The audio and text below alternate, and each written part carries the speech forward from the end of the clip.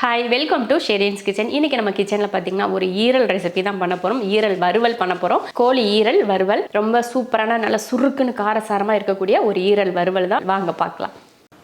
ஒரு அரை ஸ்பூன் அளவுக்கு சோம்பு, 1 ஸ்பூன் மிளகு, பூண்டு 10 பல், அதே போல் இஞ்சியும் இந்த மாதிரி சின்னதாக வெட்டி ஒரு 10 சைஸில் போட்டுக்கலாம். குறப்பாக அரைச்சி எடுத்துடலாம்.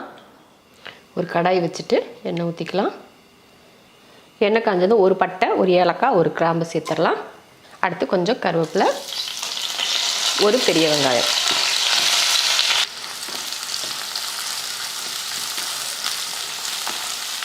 வெங்காயம் இது போல் அந்த பச்சை வாடை போகிற வரைக்கும் வதக்கிட்டு நம்ம அரைச்சோம் இல்லையா மிளகு, சோம்பு, இஞ்சி, பூண்டு அதை சேர்த்துடலாம்.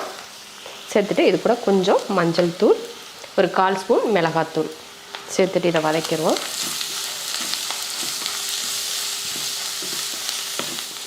நல்லா இது ஒரு பச்சை வடை போகிற வரைக்கும் சும்மா ஒரு 20-30 செகண்டுக்கு நல்லா இது போல் வதக்கி விட்டுட்டு ஒரு 1/4 கிலோ அளவுக்கு இந்த மாதிரி கோழி ஈரல் எடுத்திருக்கேன். பெருசாக இருந்தால் 2ஆக வெட்டி எடுத்துக்கலாம். இப்போ வந்து சேர்த்துறேன்.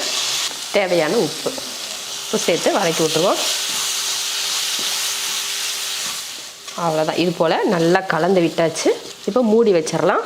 ஒரு 2 நிமிஷத்துக்கு ஒருக்க எடுத்து கிளறி பார்க்கலாம். ஒரு 2 நிமிஷத்துக்கு இது போல் மூடி வச்சதுக்கப்புறமா எடுத்து பார்த்தா கொஞ்சம் தண்ணி விடலை, ஆனாலும் கொஞ்சம் நம்ம தண்ணி சேர்த்துக்குருவோம். சும்மா ஒரு 1/4 டம்ளர் அளவுக்கு தண்ணி இந்த மாதிரி போதும். நம்ம டீ குடிக்கிற டம்ளரில் ஒரு 1/4 டம்ளர் இந்த அளவுக்கு சேர்த்துட்டு அடுப்பை சிம்மில் வச்சுட்டு வேக விட்டுறலாம். மூடி வச்சுருவோம்.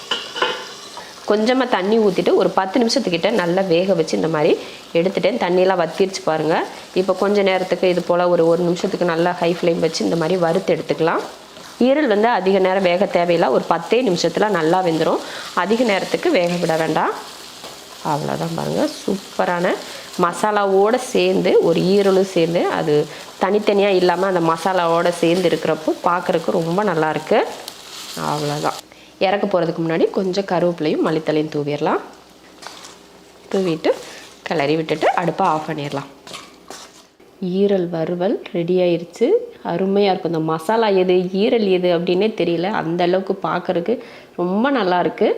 இதே போல் நீங்களும் சிக்கனில் ஈரல் வாங்கினா இது போல் சூப்பராக செஞ்சு பாருங்கள். எவ்வளோ சாஃப்டாகவும் ரொம்ப அருமையாகவும் இருக்கும்.